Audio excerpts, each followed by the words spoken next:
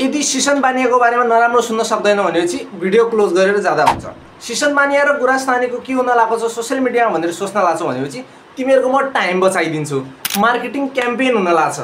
ल सकियो video, तिमीहरु close गरेर जाँदा हुन्छ। Subscribe bye bye. अनि यदि लङमा बुझ्ने मन छ भनेपछि सुरुदेखि सुरु गरौँ अब।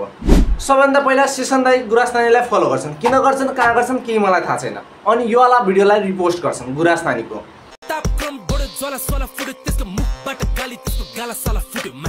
त्यसपछि गुरास्तानीको साइडबाट नि सिसन दाइको लागि एउटा एकपछि अर्को गर्दै टिकटक माथि टिकटक आउँछ, भिडियो माथि भिडियो आउँछ, बाडी हुन्छ बाडी। हेर म सानो सोचवाला मान्छे, दुई जोडी कतै देखे भनेपछि बिहेको र मासु भातको बारेमा सोचिहाल्छु। यति हो मेरो सपना। त्यसरी नै बिहेको भात खान मिल्छ भन्ने आशामा थिए सिसन दाइको। त्यति बेला जन सिसन दाइले यो वाला भिडियो अपलोड गर्छन्।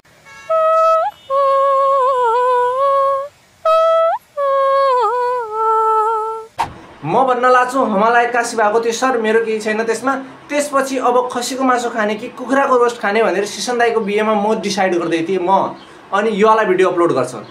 मेरो माया छ बने रुमाल किन देऊ मम्मा गाउँदै भाके छु तिम्रै छेउमा आके छु। नेपालमा हुने टिपिकल लभरहरू तिमीहरूले पनि देख्या होला, मैले पनि देखेँ होला। Follow on flow, block on block, त्यो सामान्य खाना खाए जस्तै हो। त्यो केसमा सिसन बानियाको केसमा नि यस्तै हुन्छ। सिसन बानिया गुरास्तानीलाई फलो अनफलो यो वाला कुरा चलिरहेको छ। यो देशमा बेरोजगार म मात्र छैन भन्ने कुरा मैले रियलाइज गरिसकेँ। किनभने चाहिँ म र आधा टिकटकले सिसन वेट्स गुरासवाला सपना देखिसकेको थियो। यति राम्रो सपना नल्ला बेरोजगार प्योर बेरोजगार भन्दा अरू कोही हेर्न सक्दैनन्। अनि ड्रप हुन्छ बम। आजको पोस्टले मेरो सपनामाथि पानी फेरिदियो। यो वाला पोस्ट हेर। सिस्टर गयो मेरो मासु भातको सपना। मासु भात गयो केही छैन, तर तिमीहरूको तर्फबाट एउटा लाइक र सब्स्क्राइब आउनु पर्यो जसरी नि। सरी एक्कासी भिख माग्नु नराम्रो, मैले पनि बुझिसकेँ।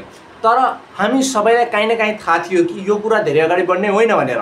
त्यो कुरा तिमीहरूलाई पनि थाहा थियो, मलाई पनि थाहा थियो। काहीँ न काहीँ मार्केटिङ हो कि काहीँ न काहीँ मजाक हो कि भन्ने कुरा हामीलाई फिल नै लाग्न लाग्थ्यो। आखिरमा जे हुनु थियो त्यही भयो। घोडा नै बाछो निक्लियो, घोडा नै गाई निक्लियो। अनि यो पुरै ड्रामाबाट सिसन दाइले के पायो? फ्रीको पब्लिसिटी। गुरास्तानीले के पायो? भ्यूज र फलोवर्सहरू। अनि तिमीहरूले के पायो? सरी मजाक गरे। तिमीहरूले एन्टरटेनमेन्ट पायो, ड्रामा पायो। अनि मैले के पाएँ? एक भिडियोको लागि कन्टेन्ट। ल यति सबै भिडियो हेऱ्यो अनि अझै पनि सोच्न लाग्छ यो मान्छे सिसन बानियाको बारेमा नराम्रो त बोलेन भनेर।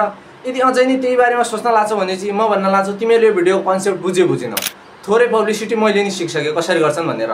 मार्केटिङबाट याद आयो, कलौटेको गीतमाथि यहाँ भिडियो छ राइट साइडमा, अनि लेफ्ट साइडमा दर्याममाथि भिडियो छ। म भेटौँला कुनै अर्को भिडियोको साथ। छिटै नै आउँछ भिडियो। राजावादी छन् त। Bye bye.